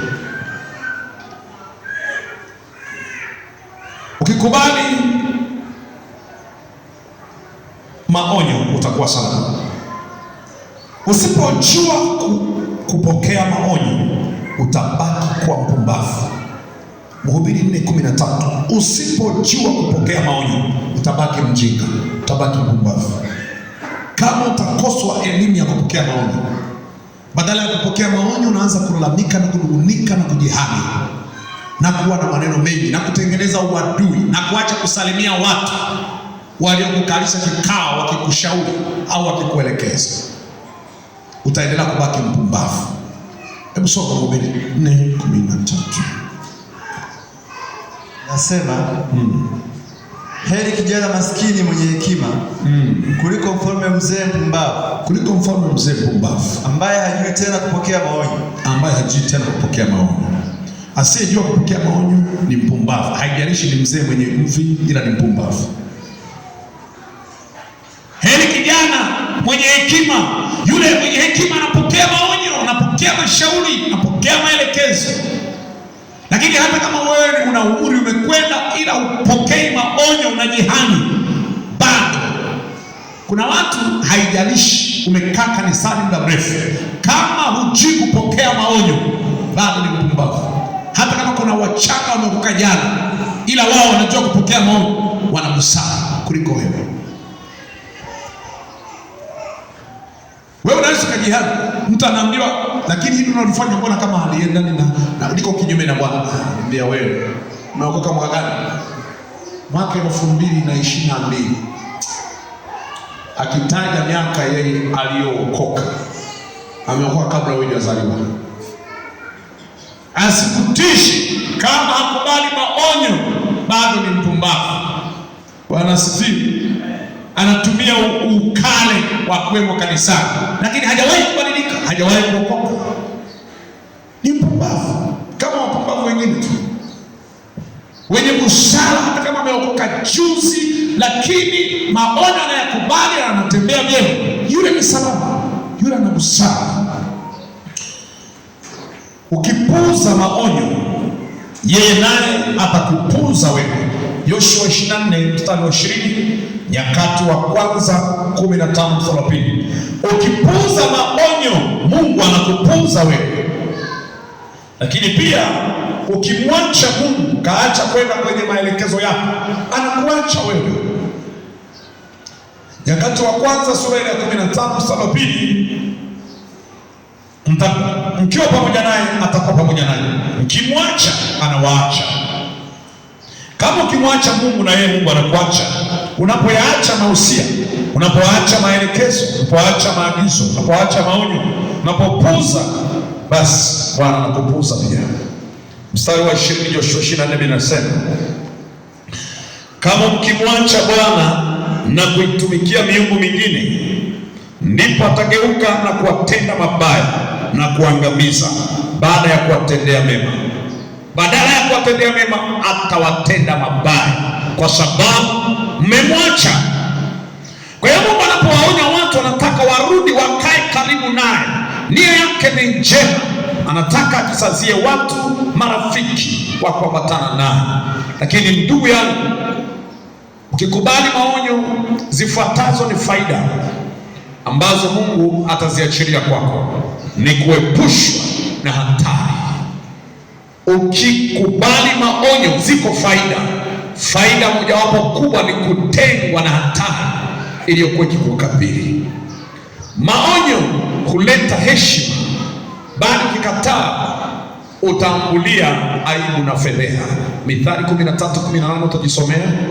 Maonyo huleta heshima, bali ukikataa utaambulia aibu na fedheha. Siku moja utaaibika. Kwa hiyo mtu anapokubali maonyo, maonyo yanaleta heshima, yatakuheshimisha maonyo. Leo kuna watu walionywa, leo wanaheshimika kwa sababu waliyapokea maonyo. Ila wako wengine ambao walikataa kuonywa, leo wanaishi kwa aibu. Nilitoa mfano japo sio mzuri sana, lakini kwa somo kama hili ni mzuri mno. Huyu aliyekuwa anasoma Biblia, huyu niliwahi kumuonya, na huyu mwalimu wa Sunday school niliwahi kumuonya, na mwalimu wa watoto niliwahi kumuonya. Wote hao niliwatenga kabisa na kuwatenga na maneno makali. Halafu leo ndio tuna mwalimu wa watoto hapa, ndio tuna mwalimu wa Sunday school ya watu wazima, na ndio anasimamia kwaya, kiongozi wa baba. Haya, tunaye huyu hapo Shemasi. Kama hakuna maonyo, tungezalisha kizazi gani? Kingejiendesha tu, anatembea tu, anafanya wala hakuna naye muonya. Si angekuwa mabomu haya, wangekuwa mabomu. Leo najitambulisha kwa uhuru kabisa. Anasema mwalimu hapa, kwenda kwenye maombi mimi na bebi wangu na mtoto wetu, nafunga na kuomba, wanaombea familia. Yuko Brighton anaomba, mama anaomba, na yeye. Sasa bila maonyo hao, unafikiri akina Brighton sidhani kama ungekwepo. Amna, mwanangu hapa anajiita meneja. Sasa hivi ni meneja, anafanya vitu vingi na nini, anafanya wayari. Lakini bila kumwonya, huyu alianza kuuza pombe kabisa kule wapi. Huyu ananiambia, huyu mbona kama kuna duka la pombe limefunguliwa? Namwambia kweli? Hapa akasema siki walikuja kwangu nikuachinjia kuku, alikuwa na huruma kweli, na upendo. Anajaribu kufanya ukarimu kwa CGM, hata kusikia tena, huyu jamaa amefungua kijiwe cha pombe huku. Vipi? Ndio unaokoka au ulikuwa umeokoka umeanguka, au ndio unataka kuokoka sasa? Maana tunashangaa kwamba wewe si unakuja kanisani, ndio unataka kuokoka au ulikuwa umeokoka umerudi nyuma? Sasa kama kanisani huko na una huduma mbalimbali bila kupata maonyo, ukikosa mlezi unajifia. Watu wasiokuwa na malezi, wasiokuwa na watu wa kuwaonya, hawana mtu wa kuwasaidia, wanaangamia. Lakini ukikataa maonyo, hata kama wakuonyao wapo, unaangamia pia. Kubali kulelewa, kubali kuona. Hakuna mtoto ambaye anaweza akazaliwa na akakuwa hajawahi kuonywa na wazazi wake akabaki kuwa mtoto mwenye akili nzuri. Hapana. Kila mtoto, tabia ya utotoni kuna ujinga. Kwenye ujinga wako unahitajika maonyo. Bila maonyo, na wanapokuonya usiwachukie, wapende, maana wanakusaidia. Wanasifiwe. Haleluya. Maonyo huleta busara badala ya kuleta ujinga kwenye maisha ya watu. Mithali 15 mstari wa 5, maonyo huleta busara. Mwisho wa siku watu wana busara, wanayaona mabaya, wanayaepuka, maana waliwahi kuonywa. Lakini pia maonyo huleta ufahamu. Anapopokea mtu maonyo, anajipatia ufahamu. Mithali 5:32. Lakini pia ufahamu, maonyo huvuta hekima. Leo kuna watu wana hekima kwa sababu walipata watu wa kuwaonya, na kuna watu hawana adabu leo kwa sababu walikosa mtu wa kuwaonya. Ila kuna watu leo wana busara, watu wana hekima, maana walipata mtu wa kuwasaidia. Wanashukuru kuonywa, wanashukuru walikemewa, walirudiwa. Mwana pendwaye anarudiwa. Lakini ukiwa huna fungu la kurudiwa, mwana haramu wewe, haupendwi. Mimi nikikwambia tunakwenda mbinguni tu, mwanangu hongera, alafu naleta na sadaka, mimi nabugia na nenepa, si kama na nenepa au niko pale pale, alafu wewe unatoa huku unaendelea na madhambi, nakwambia wanangu, hongera sana, mpigieni na makofi, alafu nafanya mabaya. Ujue sikupendi, na ujue Bwana alishakuacha, kwamba alishafika mahali wakasema tunamwacha hivyo hivyo, yaache magugu yakuwe pamoja na ngano, msijisumbue kwa ajili yake. Usifike huko kwenye fungu hilo baya la kutupwa kwa takataka, kusubiri kuchoma moto. Bwana Yesu asifiwe. Petro alikemewa waziwazi, akaendelea kuwa kiongozi mzuri wa kutegemewa. Baadaye anaambiwa, nimekuombea wewe imani yako sitindike, ukiongoka waimarishe na wenzako. Juu ya mambo utalijenga kanisa. Lakini ukifuatilia, Petro aliwahi kukemewa tena kwa maneno makali, kwa kuambiwa rudi nyuma shetani. Bwana Bwana asifiwe. Si unamwona ni shujaa. Leo tunasema tumejengwa juu ya misingi ya mitume, ni pamoja na juu ya Paulo, lakini alikemewa. Utasoma maandiko haya kwamba Petro naye aliwekwa Marko 8:32 hadi 34. Tena maneno makali kabisa, aliambiwa rudi nyuma Shetani, maana yawaza yaliyo ya duniani, hauyawazi yaliyo ya Bwana. Uko kinyume na Bwana, rudi nyuma Shetani. Lakini alitubu. Alipoonywa alikubali, akatubu kwamba kweli nimewaza vibaya. Ndugu yangu, wewe unawaza kinyume na Bwana, na neno likisimama likitaka kukusaidia, unakataa ama unadharau au unapuza. Wengine wanajua kutafsiri, wanasema mchungaji nafikiri ameambiwa habari zako leo, ameamua kukosa ujumbe, kuamua kuanza kunisema tu ibada mwanzo mpaka mwisho. Mimi hiyo kazi siwezi, ni ngumu sana ya kwamba niwe nafuatilia maisha ya mmoja mmoja halafu nikijua ndo natengeneza ujumbe. Nyinyi mko wangapi hapa? Si nakaribia 80-70. Haya, sasa nikihubiri ujumbe wa mmoja hivi mpaka nije nimalize mzunguko ni sababu nimalize mzunguko, nimepata vya Amos, naanza na vya Ruben, alafu baadaye namfuata vya Mama Grace. Sijana bado namfuatilia Daudi hapo mpaka nije nimalize tu hii safu kumhubiri mmoja mmoja kwa kuyajua maisha yake 100%, afu nije hapa niseme. Kazi ngumu. Mimi sio mjumbe wa watu, ni mjumbe wa Bwana. Bwana ananipa usemi kwa ajili ya kusaidia. Na usifikiri mchungaji anatokea tu kwa sababu amesoma Biblia, pengine amesoma chuo, anajua anakuja tu na maneno aliyofundishwa chuoni. Sikudanganya mtu. Ujumbe unaokuja kwa wakati unawafikia watu ni ule ambao sio kiporo, wala sijatukua mtu anahubiri nikabeba alivyohubiri nikaja navyo vile vile alivyoleta alivyohubiri. Naenda mbele za Bwana, Bwana ananisemesha, ananipa cha kusema na wewe, na ni chakula ambacho ni cha moto, kimetoka jikoni kwa ajili ya kurutubisha afya. Bwana asifiwe. Viporo vinaharisha watu tu. Ukileta maviporo watu wanavimbewa tu. Unaleta na ujumbe anaharibu tu. Kumbe umebeba viporo.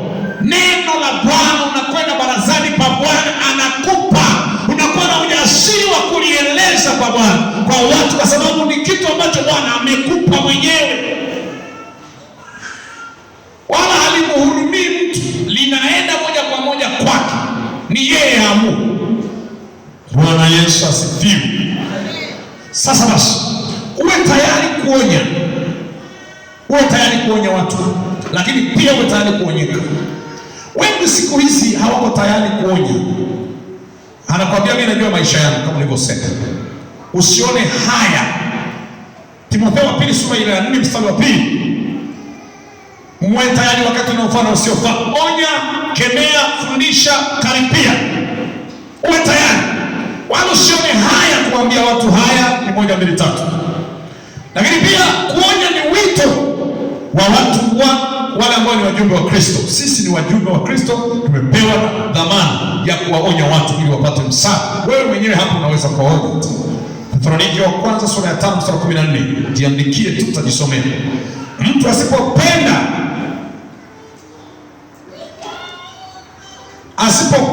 katika utaratibu, asipoenda kwenye utaratibu, muonye kama ndugu yako.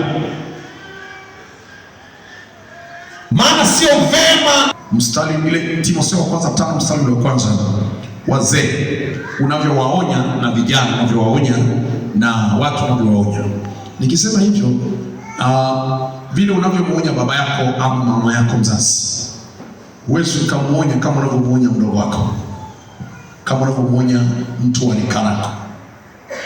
Mzee usimkemee, ila umuonye kwa adabu. Sina maana ya mzee gani, ninaongelea habari ya mtu ambaye ni wewe ukasema namuonya rais, kaenda ukamfesi kama unavyowaonya vijana. Ndio maana kuna watu wanakosa hekima kidogo. Wanasema naionya serikali. Unamuonya rais abadilike haraka iwezekanavyo. Sasa hiyo wewe unamuonyaje hivyo rais? Una ujumbe? Basi kuna namna ya kumsaidia. Bwana siwe sana. Kuna namna ya kumweka wazi. Kwani unafikiri Danieli pamoja na kujua kutafsiri ndoto ndio alikuwa anamwambia Nebukadneza, kwa taarifa yako? Alimwambia tu uishi milele. Kwanza anaanza kumpongeza mfalme, uishi milele.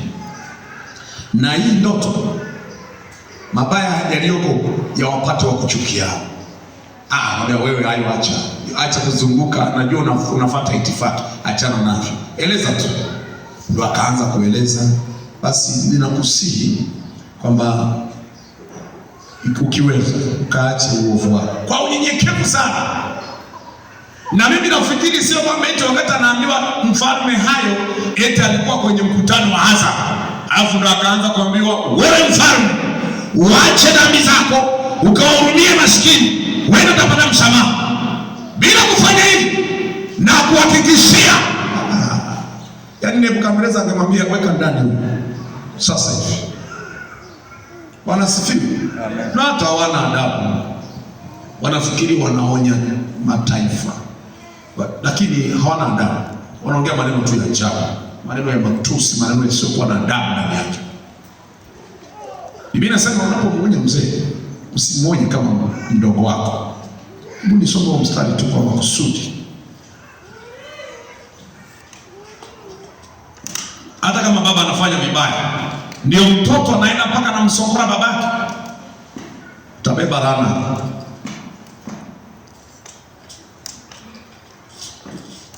Tajilani. Mstari wa kwanza, Timotheo wa kwanza sura ya 5. Mzee usimkemee, bali umuonye kama baba, na vijana kama ndugu. Umuonye kama nani? Kama baba.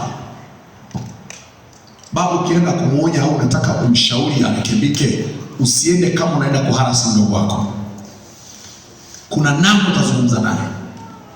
Bwana Yesu asifiwe. Amen. Kwa hiyo wakati mwingine unaweza kuwa unaonya viongozi, lakini kwa kukosa adabu wewe unaingia hatarini.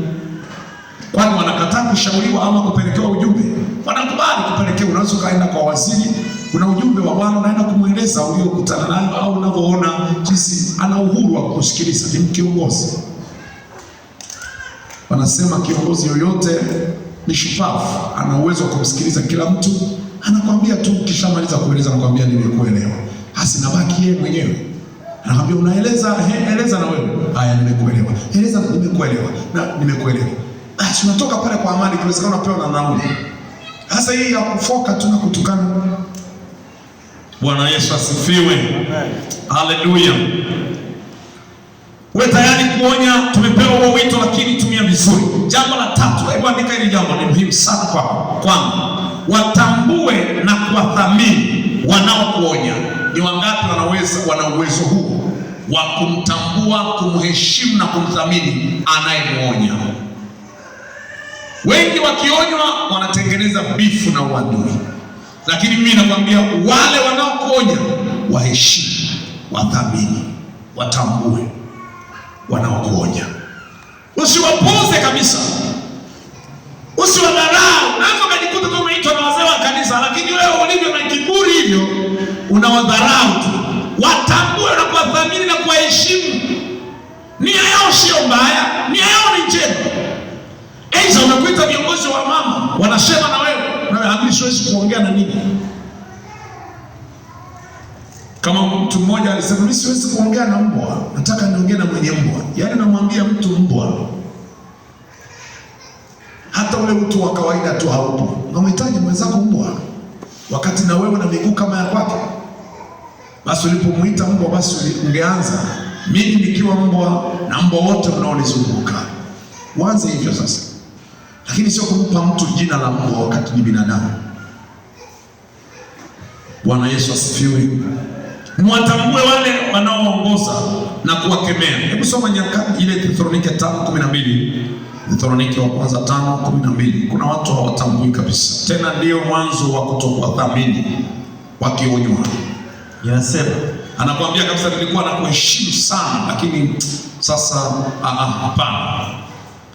Inasema, lakini ndugu tunataka mwatambue wale wanaotabisha kuwafundisha kwa ajili yenu na kuwasimamia ninyi katika Bwana na kuwaonyeni, mkiwastahi sana katika upendo kwa ajili ya kazi zao. Iweni na amani ninyi kwa ninyi. Ndugu, twawasihi waonyeni wale wasiokaa kwa utaratibu, watieni moyo walio dhaifu, watieni nguvu wanyonge, vumilieni na watu wote. Usichanganye mafaili. Yule anayestahili kuonywa unaanza kumtia moyo. Waonyeni wasioenda kwa utaratibu, watieni moyo wale dhaifu,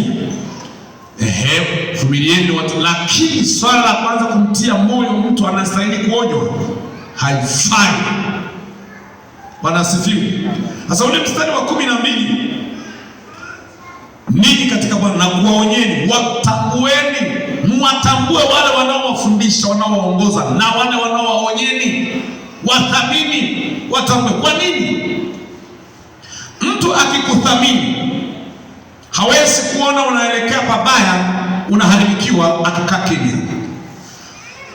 Mpende mwonyaji, kwani yeye ameonyesha upendo kwako. Wanaokuonya wanakuheshimu, wanakuthamini, hasa usiwadharau. Bwana Yesu asifiwe. Leo kuna watu wanatafuta kuwapa watu sumu wafu kwa sababu waliwakemea, waliwaonya. Hata kichwa cha Yohana Mbatizaji, huyo ndugu yangu, kiliondoka, ila mazingira ukifuatilia, aliwahi kumwonya mtu mmoja, akamwambia sio sahihi kuoa mke wa ndugu yako. Akashindwa namna ya kumparamia Yohana, akasubiri siku moja nafasi, binti yake akacheza. Alipocheza akakimbia kwa mama, akaenda kuomba, nimeambiwa nichague lolote, hata nusu ya ufalme, nataka zawadi yoyote, nikamwambie mfalme anipe. Niambie mama. Mama akamwambia nenda kawaambie wakupe kichwa cha Yohana Mbatizaji, utakuwa umetajirika sana. Yaani mtoto ameambiwa hata nusu ya ufalme, amecheza vizuri, ameambiwa yani omba zawadi yoyote, hata angesema jengewe nyumba ya ghorofa. Hasa akaambiwa na mama yake, kwa sababu ya kuchukia yule mama kuonywa, wewe mama, sio halali kuolewa na huyo mwanaume ambaye ni ndugu ya kaka yako, ndugu ya marehemu, ya ndugu yako. Wewe ukaolewa, ukaingiwa, amefariki ndio, lakini sio haki. Akalitunza moyoni, amechukia. Hata leo kuna watu wamewahi kuonywa, wametunza mpaka leo hawajawahi kusahau. Wana hasira, wanatafuta gap na aliyewaonya, siku moja watafanya nini?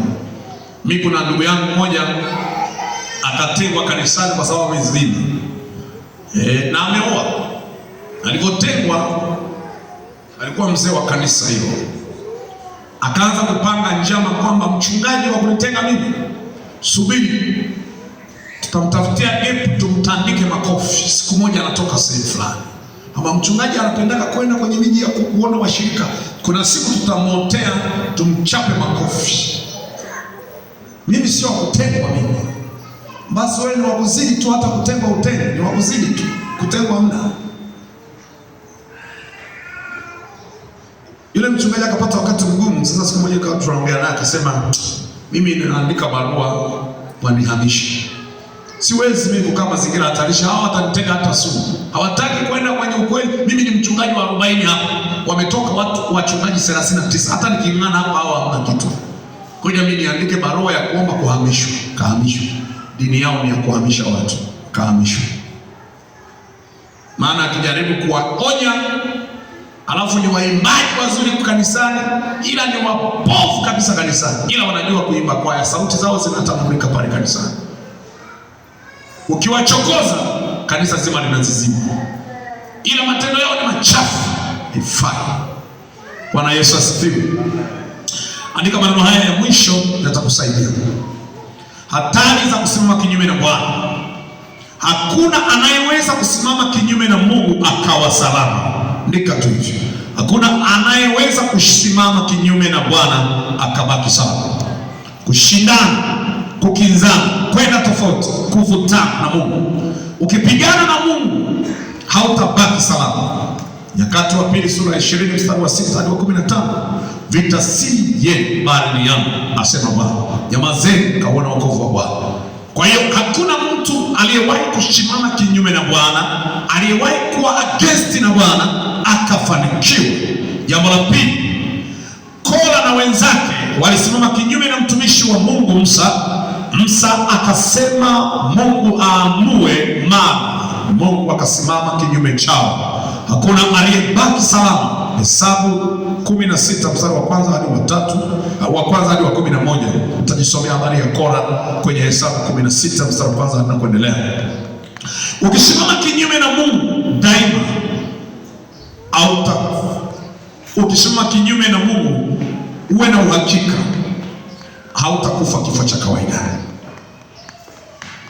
Ukisimama kinyume na Mungu daima hautakufa kifo cha kawaida. Vitu vyako vitaharibika, maisha yako yataharibika kiajabu sana. Mtu yeyote anayesimama kinyume na Bwana, anayekwenda kinyume, hatakufa kifo cha kawaida kama vile akina Kora, lakini pia hawezi, mambo yake yataharibikiwa kwa namna ya ajabu, sio ya kawaida. Taporomoka sio kawaida, taharibikiwa afya sio kawaida, utaharibikiwa kwenye maisha sio kawaida, kwa namna ya ajabu. Watu wakisikia kuharibikiwa kwako wanashangaa. Jambo la tatu, Farao akawa kinyume, akawafuata Israeli. Mungu akakaa kinyume na Farao, akaharibikiwa, akaangamia pamoja na vitu vyote ambavyo ni vinampa jeuri. Kutoka 14 mstari wa 5 hadi wa 28. Tunafahamu Farao alikuwa kinyume cha Israeli. Walipoanza safari akawa kinyume, akawafuatia kwenda kushindana kuwarudisha. Yuko kinyume na Bwana, maana Bwana amesema waache watu wangu waende kunitumikia. Yeye anawazuia, yuko kinyume na Bwana. Bwana akamwangamiza pamoja na jeuri zake zote. Wale maaskari ambao wanajivunia ile nguvu yake, anayojivunia ile interesti zako ambazo unajivunia kwamba hizo zinakupa jeuri na kiburi, kama unakwenda kinyume na Bwana, ataangamiza na kuharibu hizo interesti zako zote. Anaweza kumwangamiza mtu, anaweza kumporomosha mtu akaharibikiwa. Farao alikuwa na jeuri na moyo mgumu, kwa sababu hiyo akawa kinyume na Mungu. Mungu akamwasi na akaharibikiwa. Jambo lingine, ukienda kinyume na Mungu utakuwa kinyume Mungu atakuwa kinyume na afya yako, atakuwa kinyume na uchumi, atakuwa kinyume na ndoa, atakuwa kinyume na mipango, na atakuwa kinyume na kazi zako. Samueli wa kwanza sura ya 10 mstari wa 17 hadi 19 utajisomea. Wafalme wakawa kinyume na Gibea. Mungu alifanya kazi ya kuangamiza kupitia Joshua. Kile kitabu cha Joshua sura ya 10 mstari wa 5 hadi wa 19. Jeshi lote ambalo lilikuwa kinyume na Wagibea, Joshua alisimama na Mungu mpaka anasimamisha jua na mwezi. Mungu alikuwa upande wake akimsaidia kwa wale walikuwa wamesimama kinyume. Mataifa matano yamekuja kinyume, lakini Mungu alivyo ajabu, kwa sababu wamesimama kinyume na Bwana. Bwana anamtumia Joshua, yuko peke yake, anawaangamiza, lakini mwisho wa siku Bwana mwenyewe anaingilia kati, anayeruhusu hatari, wanaangamia, kawaponda kwa jiwe. Wakati wanateremka Azeka, Bwana kachilia mwamba, akateketeza, akapiga jeshi. Ni muhimu sana, ukisimama kinyume, umetangaza uadui na Mungu mwenyewe. Ukisimama kinyume na Mungu, umetangaza uadui na Mungu mwenyewe. Ukiamua tofauti kinyume na Mungu, Mungu naye ataamua tofauti juu yako. Hata kama aliwaza mema, aliwaza baraka, wewe ukaenda kinyume, anawaambia watoto wa Eli kuhani. Samueli wa kwanza sura ya 2 mstari wa 29 anawaambia, pamoja na kuwapa yule anayeheshimu tamheshimu, yule anayedharau nitamfanya kuwa si kitu. Hata kama niliahidi ya kwamba hatakosekana mtu wa kurithi nafasi ya kikuhani, lakini nimegairi pote ya pote. Wana mmekwenda kinyume. Ukienda kinyume mbele za Bwana ukafanya tofauti, na Mungu atafanya tofauti kabisa na jinsi alivyowahi kuahidi, hata kama aliwahi kusema. Sasa Mungu akusaidie. Maombi haya pia ni muhimu kwako wakati unafanya maombi yako. Hebu andika ile Matendo 23:3. Paulo akamwambia mtu aliyekuwa na mhukumu, wewe umesimama kwenye hukumu kisheria, unavunja sheria. Bwana kuponde ukuta wa chokaa. Akamtamkia neno gumu sana. Wewe unanihukumu kinyume, basi ukuta wa chokaa uponde.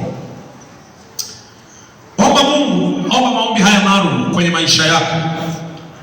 Kama unaonywa na Mungu ili uepuke hatari, amua kutengeneza ili uepuke hatari. Lakini kama kuna watu wanasema kinyume chako, maombi haya ni maalum kwa wale ambao wanahitaji kupiganiwa na Bwana. Mwambie Mungu awe kinyume na walio kinyume na wewe. Mwambie Mungu awe kinyume na walio kinyume na kazi zako. Mwambie Mungu awe kinyume na walio kinyume na ibada. Mwambie Mungu awe kinyume na walio kinyume na huduma, walio kinyume na kazi ya Mungu, walio kinyume na amani ya nchi, walio kinyume na utulivu uliopo nchini. Unaweza ukaona tunaombea taifa kwa lugha nyingi sana, tunaombea nchi kwa lugha nyingi sana, lakini unaweza ukaombea nchi. Mungu, tunaomba uwe kinyume na walio kinyume na amani ya nchi, wanaotaka kuvuruga nchi. Wewe unaomba tu Mungu, tunaomba uwe kinyume na aliye kinyume na utulivu huu na amani ya nchi, uwe kinyume na aliye kinyume na viongozi wanaotawala. Bwana sifiwe. Unajua kuna wakati neema ya Mungu inaweza kawepo. Aliye kinyume na baba yako mzazi, unaambia Bwana uwe kinyume na aliye kinyume na wazazi wangu ili waendelee kustawi. Uwe kinyume na aliye kinyume na watoto wangu ili waendelee kustawi. Uwe kinyume na aliye kinyume na ndoa yangu. Uwe kinyume na aliye kinyume na kazi zangu. Maana wapo washirikina, wapo wachawi, wapo waonevu, wapo watu wanafanya hila kwenye maisha ya watu. Unamwambia Bwana uwe kinyume na walio kinyume. Unaiombea ibada asubuhi, unamwambia Bwana uwe kinyume na walio kinyume na ibada. Ukasimame Bwana, uwe kinyume na walio kinyume na idara hii ambayo umenipa nafasi kuiongoza. Uwe kinyume na wale walio kinyume na uongozi wangu ambao umeniweka niongoze. Unasimama unamwambia Bwana awe kinyume na walio kinyume na kila mpango ulio mzuri, walio kinyume na kusudi la Bwana, walio kinyume na mpango wa Bwana. Bwana awe kinyume chao. Naomba tusimame, naomba tusimame. Kuna wakati kuna maombi maalum sana yanaombwa na watu.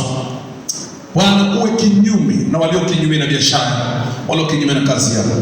Uwezo kama Mungu awe kinyume na walio kinyume na kazi yako. Wakati unauza bia, wakati unauza sigara, alafu unamwambia Bwana naomba uwe kinyume na walio kinyume na biashara yako. Wewe mwenyewe tu hapo uko kinyume na Bwana. Yaani wewe mwenyewe unauza pombe, unauza sigara, tayari uko kinyume na Bwana. Alafu unamwambia Bwana awe kinyume na walio kinyume naye. Ni pamoja na wewe uko kinyume na Bwana. Somo hili ni jepesi, ni zuri, lakini lina hatari ndani yake, lina maangalizo. Ni kama onyo leo kwamba hatari kwa watu wanaosimama kinyume na Bwana. Na makanisani wapo wengine wanakwenda kwa ajili ya kuharibu ibada, wanakwenda kuharibu vyombo kanisani, wanakwenda kuvuruga na kupozesha huduma na ibada. Wako kinyume, lakini haya maombi maalum ndio dawa yao. Usije ukaruhusu hali ya kushupaza shingo wakati Bwana anakusemesha. Kama kuna mahali umekwenda kinyume na Bwana, Bwana atakwenda kinyume chako, ila hawezi kuruhusu hatari mpaka ameonya. Ukikubali maonyo unamteuka, Mungu anakusaidia. Lakini kama hutaki maonyo, siku moja utaadhibikiwa, utaaibika sana, utavunjika ghafla, usipate dawa. Inua mikono yako juu.